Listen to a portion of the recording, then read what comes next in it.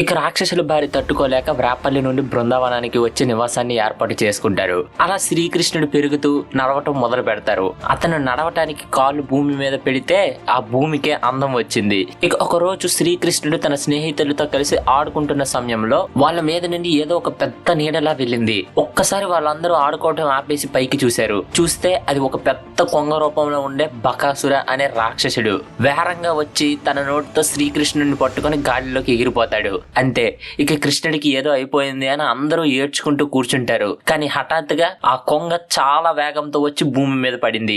దాని నోటి నుండి శ్రీకృష్ణుడు బయటకు వచ్చి ఆ రాక్షసుడి నోరుని పట్టి బలాన్ని పూర్తిగా కూడా కాదు, ఏదో అలా కర్ర మొక్కను విరిచినట్టు 2 ముక్కలుగా విరిచేస్తారు. అంతే, ఆ దృశ్యం చూసిన పిల్లలందరూ కృష్ణ కృష్ణ అని అరవటం మొదలు పెట్టారు. మరి తర్వాత ఏం జరగబోతుంది? Hello guys, welcome back to CJ stories Mahabharatam episode number 33.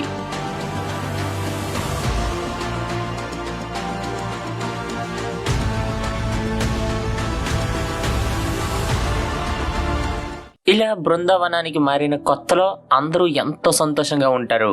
శ్రీకృష్ణుడు అయితే అల్లరి వయసుతో సంబంధం లేకుండా చేస్తున్నారు. ఒకరి ఇంట్లో వెన్న దొంగతనం చేస్తే మరొకరి ఇంట్లో రాయిని విసిరి పారిపోయేవారు. ఇంట్లో అత్త కోడలు ఉంటే కోడలు పడుకున్నప్పుడు తన మూతి మీద వెన్న రాసి అక్కడ నుండి పారిపోయేవారు.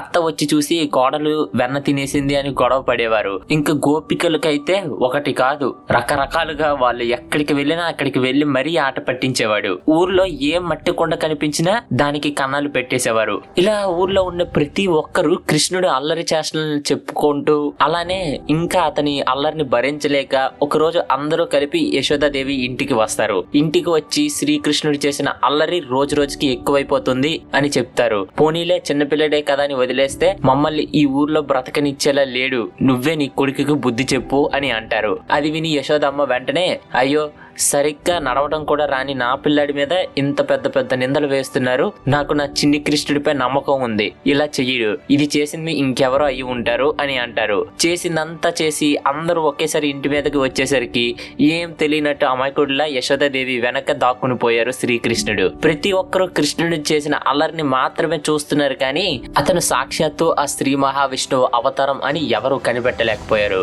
అలా అల్లరిలోనే తన ఆశీర్వాదాలను అందరికీ ఇస్తున్నారు అని పసిగట్టలేకపోయారు. అలా రోజులు గడుస్తున్నాయి.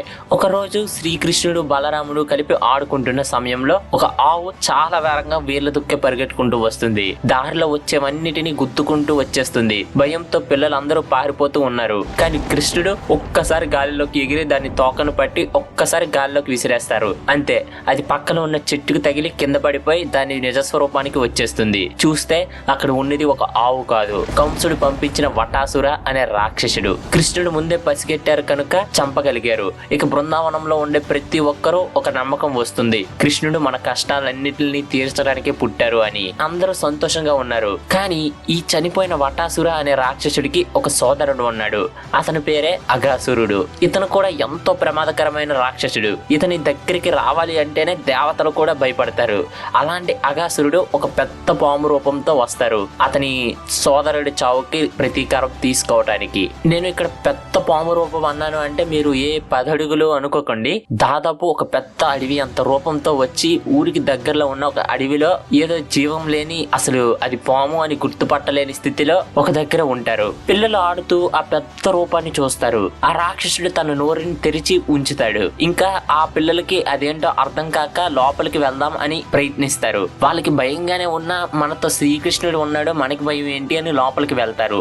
ఇంకా వీళ్ళు వెళ్ళటం చూసిన శ్రీకృష్ణుడు భయపడతారు. ఇదేంటి వీళ్ళు ఆ రాక్షసుడి నోటి లోపలికి వెళ్తున్నారు అని. ఇంకొక క్షణం కూడా ఆలోచించకుండా ఆ రాక్షసుడి నోటిని మూసే లోపే కృష్ణుడు కూడా లోపలికి వెళ్ళిపోతారు. అంతే, ఇక అది చూసి ఇంత పొరపాటు జరిగింది ఏంటి అని దేవతలు కూడా భయపడతారు. సాధారణంగానే పాము లోపల శక్తులు తగ్గిపోతాయి, కానీ కృష్ణుడు సరిగ్గా తన గొంతు భాగానికి వచ్చేసరికి తన రూపాన్ని పెద్ద చేయడం మొదలు పెడతారు. అలా పెద్దది చేసేసరికి ఆ రాక్షసుడికి ఊపిరి ఆడకుండా అటు ఇటు కొట్టుకొని లోపల ఉన్న ఆ పిల్లలని బయటకు ఊసేస్తాడు. వెంటనే వెంటనే కృష్ణుడు గట్టిగా ఓ దెబ్బ కొట్టేసరికి ప్రాణాల్ని అక్కడే వదిలేసి అగాసురుడు కూడా చనిపోతాడు. ఇంకా ఆ అగాసురుడు చనిపోయిన భారీ పాము శవాన్ని అక్కడే ఉంచేస్తారు. దానివల్ల అది చిన్నపిల్లలు ఆడుకునే ఒక చోటుగా మారిపోతుంది. ప్రతి ఒక్కరూ అంటుంటారు కృష్ణుడు ఎప్పుడు నమ్మిన వాళ్ళని ఒంటరిగా వదిలిపెట్టరు అని.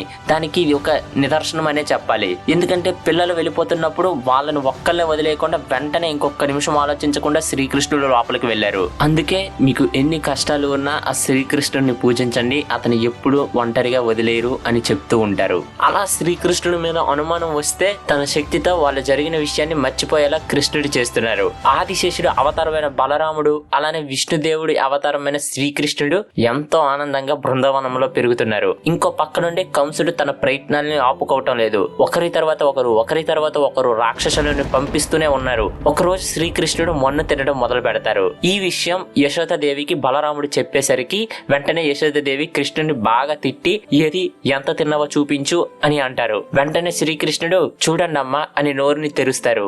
ఒక్కసారి లోపలికి చూసిన యశోదాదేవి కళ్ళు ఆశ్చర్యంతో చెమ్మగిల్లాయి. తను చూసింది నిజమా అబద్ధమా అర్థం కాలేదు. తన కళ్ళని తనే నమ్మలేకపోయింది. ఎందుకంటే శ్రీకృష్ణుడి నోటిలో భూమి, నీరు, అగ్ని, గ్రహాలు, సూర్యుడు ఇలా సమస్త విశ్వాన్ని చూసి ఆశ్చర్యపోయారు. ఇంత చిన్న పిల్లాడి నోట్లో ఇవన్నీ నాకెందుకు కనిపిస్తున్నాయని అసలు నమ్మలేకపోయారు. ఇలా కొన్ని రోజులు అవుతుంది. దేనికాసుర, ప్రలంబాసుర, కేసి, అరిష్టాసుర, వ్యామాసుర ఇలా రకరకాల రాక్షసుల్ని పంపిస్తాడు. వాళ్ళందరినీ ఏ మాత్రం కూడా శ్రమ తీసుకోకుండా ఎంతో సునాయాసంగా అంతం చేసేస్తూ ఉంటారు. ఇందులో బృందావనానికి మరొక పెద్ద సమస్య వచ్చి పడింది. ఆ పక్కనే ప్రవహిస్తున్న యమునా నది తీరంలో హఠాత్తుగా చేపలు బయటకు వచ్చి చనిపోయాయి. ఆ నీరుని తాగిన మృగాలు, గోవులు, చివరికి మనుషులు కూడా చనిపోతూ వస్తున్నారు. ఇక బృందావన ప్రజలందరూ ఏడుస్తూ భయపడుతున్నారు. మనం ఆధారపడిన ఈ యమునా నదే ఇప్పుడు మనకి ప్రమాదంగా మారిందా అని. ఇలా ఎందుకు జరుగుతుంది అంటే కాళియా అనే ఒక పెద్ద విష సర్పం వల్ల. ఇతను ఒక పెద్ద పాము రూపంలో యమునా నదిలో దాక్కుని ఉంటాడు. ఈ రాక్షసుడు ముందు రమణక అనే ఒక దీవిలో ఉండేవాడు. కానీ గరుత్మంతుడు అక్కడికి రోజు వచ్చి చాలా పాముల్ని అంతం చేసేవాడు. కానీ ఒకరోజు పాముల జాతి వాళ్ళు అందరూ గరుత్మంతుడితో ఒక ఒప్పందానికి వస్తారు. నీకు సరిపోయినంత ఆహారాన్ని మేము పంపిస్తాం, మమ్మల్ని వదిలే అని. ఆ షరతుకి గరుత్మంతుడు కూడా ఒప్పుకొని కాలం గడుపుతూ ఉంటారు. కానీ కాళీయుడికి అహం పెరుగుతుంది. మనం ఎందుకు అతనికి ఇవ్వాలి అని ఒకరోజు గరుత్మంతుడికి పెట్టాల్సిన ఆహారాన్ని కాళీయుడు దొంగతనం చేస్తాడు. దానికి కోపంతో గరుత్మంతుడు ఇక ప్రమాణం చేస్తాడు, ఎలా అయినా ఈ కాళీయుడిని నేను చంపుతా అని. ఇక ఆ కాళీయుడు గరుత్మంతుడి శక్తిని చూసి భయపడి అక్కడి నుండి యమునా నదికి పారిపోయి వచ్చేస్తాడు. ఈ యమునా నదికి ఆ గరుత్మంతుడు రాలేరు. ఎందుకంటే సౌబరి ఋషి పెట్టిన శాపం వల్ల. ఈ శాపం వల్ల గరుత్మంతుడు యమునా నది తీరానికి వచ్చిన మరో క్షణమే ముక్కలు అయిపోతాడు. దాని వల్ల కాళీయుడికి ఇది దాక్కోవడానికి సరైన చోటు అనిపించి యమునా నదిలో దాక్కుంటాడు. ఫ్రెండ్స్, ఇక్కడ మీకు ఎవరికైనా అసలు సౌబర మహర్షి ఎందుకు గరుత్మంతుడికి ఆ శాపాన్ని పెట్టారు అని తెలిస్తే కామెంట్ చేయండి, చూద్దాం ఎంతమందికి తెలుసో. ఇక ఇక్కడే ఉండటం వల్ల అతని విషం వల్ల మొత్తం యమునా నది విషపూరితంగా మారిపోతుంది. నదిలో ఉన్న జీవరాశులు, దాన్ని తాగిన మనుషులు, మృగాలు ఇవన్నీ చనిపోతూ వస్తున్నాయి. ఇక పరిస్థితులు చేయి జారిపోతున్నాయి. ఇక శ్రీకృష్ణుడు ఈ సమస్యకు పరిష్కారం చూడాలి అని బయలుదేరి ఒక చెట్టు ఎక్కి గట్టిగా నదిలోకి దూకుతారు. ఇంకా అక్కడి నుంచి వచ్చిన శబ్దానికి కాళీయుడు నా నదిలోకి ఎవరు దూకారు అని వేరంగా వచ్చి నదిలో ఉన్న కృష్ణుడిని ఎంతో గట్టిగా చుట్టేస్తాడు. ఇక అదంతా చూసిన ప్రజలు కంగారులో పరిగెట్టుకుంటూ యశోదమ్మ దగ్గరికి వెళ్లి జరిగిన విషయాన్ని చెప్తారు. ఇక అందరూ నది తీరానికి వచ్చి చూస్తే శ్రీకృష్ణుడిని ఎంతో గట్టిగా కాళీయుడు చుట్టేసి ఉంటాడు. కానీ శ్రీకృష్ణుడు ఒక్కసారి ఆ పట్టును విడిపించుకొని ఎగిరి కాళీయుడి తల మీద నిల్చుంటారు. కాళీయుడి కోపంతో విషాన్ని చిమ్ముతూ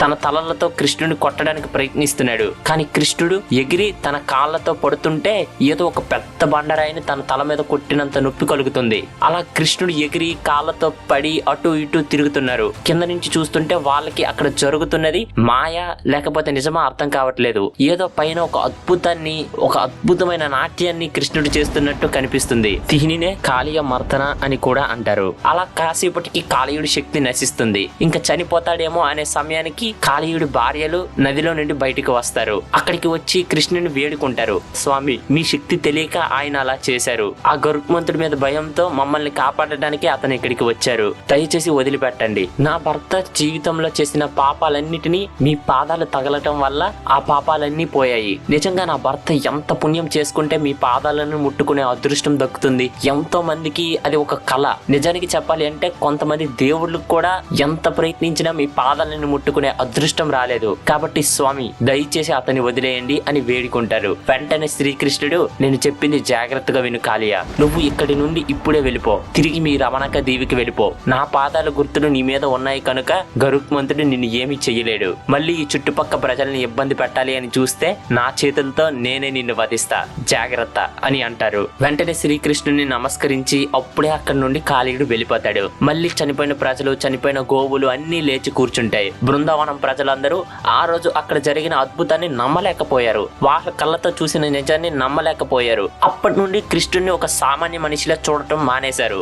అందరూ కృష్ణుని ఆదరించటం మొదలు పెట్టారు. ఇంకో పక్క ఆ కంసుడు ఓపిక నశించింది. సిద్ధం చేయండి, స్వయంగా నా చేతులతో నేనే ఆ పిల్లాన్ని చంపుతాను, ఏర్పాట్లు సిద్ధం చేయండి మన విజయానికి. ఆ కుర్రాన్ని అంతం చేసి ఇక నాకు తిరగలేదు అనిపించుకుంటా అంటారు.